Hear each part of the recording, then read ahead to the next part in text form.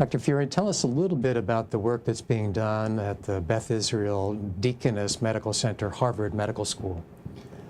We are working on a protein called protein disulfide isomerase. This particular enzyme has been well known for a long time and to be important for making proteins inside cells. We discovered as part of our basic research program that this protein actually is secreted by cells during thrombus formation and is required for thrombus formation. Because it is required for thrombus formation, we have hypothesized that the inhibition of this protein could lead to a completely novel approach to developing a new antithrombotic drug, a new drug to treat stroke, to treat pulmonary embolism, to treat deep venous thrombosis, myocardial infarction, etc. With this in mind, our project is focused on identifying protein disulfide isomerase as a target for drug development. And as part of this, we're doing studies in animals as well as studies in humans. Through our initial screens, we've identified some compounds that are actually in general use by the public, such that we can avoid many of the complexities of going through clinical trials. Fascinating, something that certainly could be applicable, and the cost of development could be relatively modest by current terms.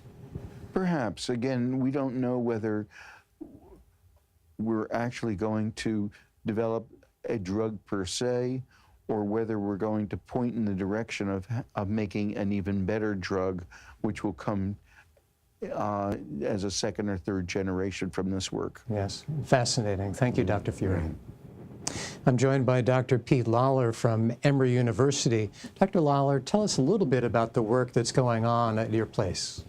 Our project is to work on the biological variation of a disease called hemophilia. And it's a bleeding disorder that's due to the deficiency of a blood clotting factor in blood. And currently, hemophilia is treated with infusions of factor VIII intravenously. And that treatment is not optimal because for two reasons. One is it's expensive. Two, it is an intravenous infusion, which is inconvenient. And then there's another complication, and that is some patients that are treated with factor VIII develop an immune reaction to it, or an allergic reaction to it, if you will. And when that happens, then the treatment's no longer effective. So our program is designed to address all of these issues. Project One, which I direct, it deals with trying to understand how this immune response develops, and we're trying to design a new kind of factor VIII molecule that would potentially get around the immune response, or even once the immune response has started, to try to defeat the immune response.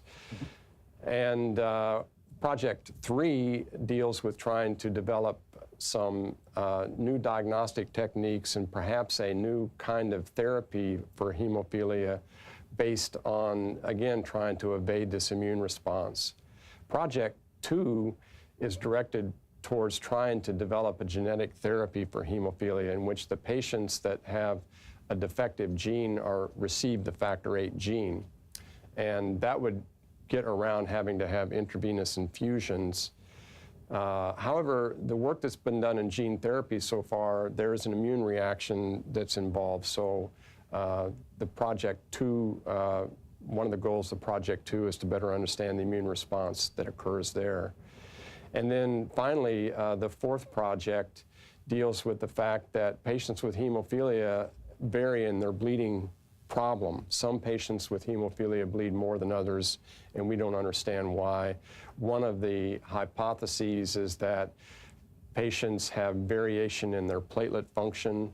Platelets are a cell that's involved in blood coagulation, and differences in platelet function could potentially compensate for the hemophilia defect. So Project 2 is directed by Trent Spencer and Chris Doring in the gene therapy project. Project 3 is directed by Shannon Meeks. And then Project 4, which is the biological variation that is focusing on platelets, is directed by Sean Job and Amy Dunn. We also have in Project 4, trying to understand this biologic variation, a new technology in which we're creating a device which measures bleeding in an in vitro assay that occurs under conditions that we think mimic what happens inside the body. And that project is directed by Wilbur Lamb. Fascinating. So a broad-scale approach to a very common disorder. That's correct, yeah. And the whole project is focused on hemophilia and trying to improve diagnostic and therapeutic procedures in the field. Fascinating. Thank you so much, Dr. Lawler. Great, thank you. I'm joined by Dr. Evan Sadler from Washington University School of Medicine. Dr. Sadler, tell us a little bit about the work that is going on at your place. Well, we are investigating the role of proteases in the pathogenesis and treatment of thrombosis. The premise is that the major proteases of blood clotting are responsible for the production of blood clots that are important for hemostasis, but when this is not controlled adequately, they cause thrombi that can cause downstream ischemia, infarction, and death of tissues. So we are focusing on microvascular thrombosis and large vessel thrombosis, and have projects that address the role of proteases in causing these different kinds of thrombosis in vessels of different sizes. So we have, for example, two of us are focusing on microvascular thrombosis. Myself, thrombotic thrombocytopenic purpura, which is usually a disorder caused by defects in the cleavage of von Willebrand factor by a metalloprotease called ADAM-TS13. And John Atkinson, the director of Project 2, studies the role of defects in complement as they pertain to microvascular thrombosis in hemolytic uremic syndrome, in macular degeneration, in preeclampsia, and some other disorders that are characterized by microvascular thrombosis. And then we have a couple of investigators working on large vessel thrombosis. For example, Enrico De Cera, who's at St. Louis University, a few blocks away from us, he's a biochemist and enzymologist who works on thrombin and has discovered how to engineer thrombin into a protease that does not cleave fibrinogen very well or activate platelets, but is an anticoagulant molecule. So he's basically turning this quintessential procoagulant enzyme into an anticoagulant. And George Brose, working at the initiation phase of blood clotting, as opposed to Enrico, who's working at the final protease. George works on tissue factor pathway inhibitor, which regulates the initiation of clotting. And you could say that both George and Enrico are looking at using blood clotting to manipulate cell signaling as an anti-inflammatory strategy, an anticoagulant strategy, which is very interesting. And finally, we have Sam Wickline, who's a cardiologist, who is developing nanoparticles as a technology for imaging, for diagnosis of thrombosis, but also as a mechanism for drug delivery. So I think in this way, through strategies addressing microvascular and macrovascular thrombosis, and imaging and drug delivery to thrombi, this comprehensive approach will facilitate the translation of our basic research into the clinic and into the hospital. Fascinating. Thank you, Dr. Sadler. Thanks. Thrombotic and hemostatic disorders in humans collectively represent a major cause of morbidity, mortality, and healthcare expenditures in the United States. The Translational Research Centers for Thrombotic and Hemostatic Disorders is a consortium of experienced research centers dedicated to developing novel approaches to diagnosis, management, and the treatment of thrombotic and hemostatic conditions and disorders.